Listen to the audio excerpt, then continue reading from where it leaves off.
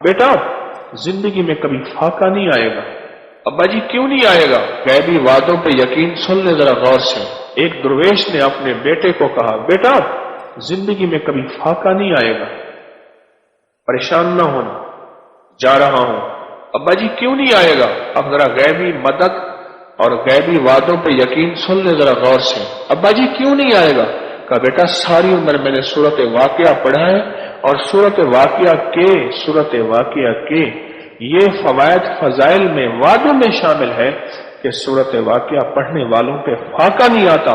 بیٹا میں نے اللہ سے منوا لیا ہے، بس سورت واقعہ نہ چھوڑنا، کبھی فاقہ نہیں آئے گا۔ بس یقین ہے نا، یقین ہے، اور اس یقین کے ساتھ اللہ کی مدد ہے، اور یقین کے اندر وعدے پوشیدہ ہیں، یقین کے اندر وعدے پوشیدہ ہیں کہ بیٹا تمہیں فخر نہیں آئے گا، میں اللہ سے منوا کے جا رہا ہوں،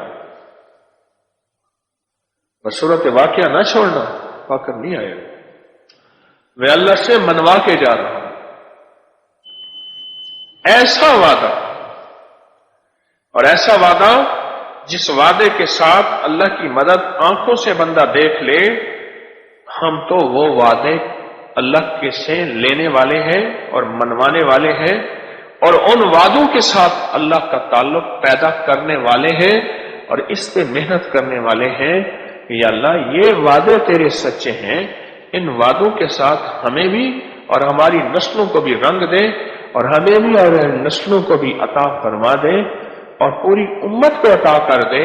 اللہ ہم تو یہودی، عیسائی اور سکھ، ہندو اور تیرے نام ماننے والے کے لیے بھی دل میں خیر خواہی کا اور محبت کا اور درگزر کا اور رواداری کا جذبہ رکھتے ہیں، یا اللہ انہیں ایمان بھی دے دے، اپنے وعدے بھی دے دے۔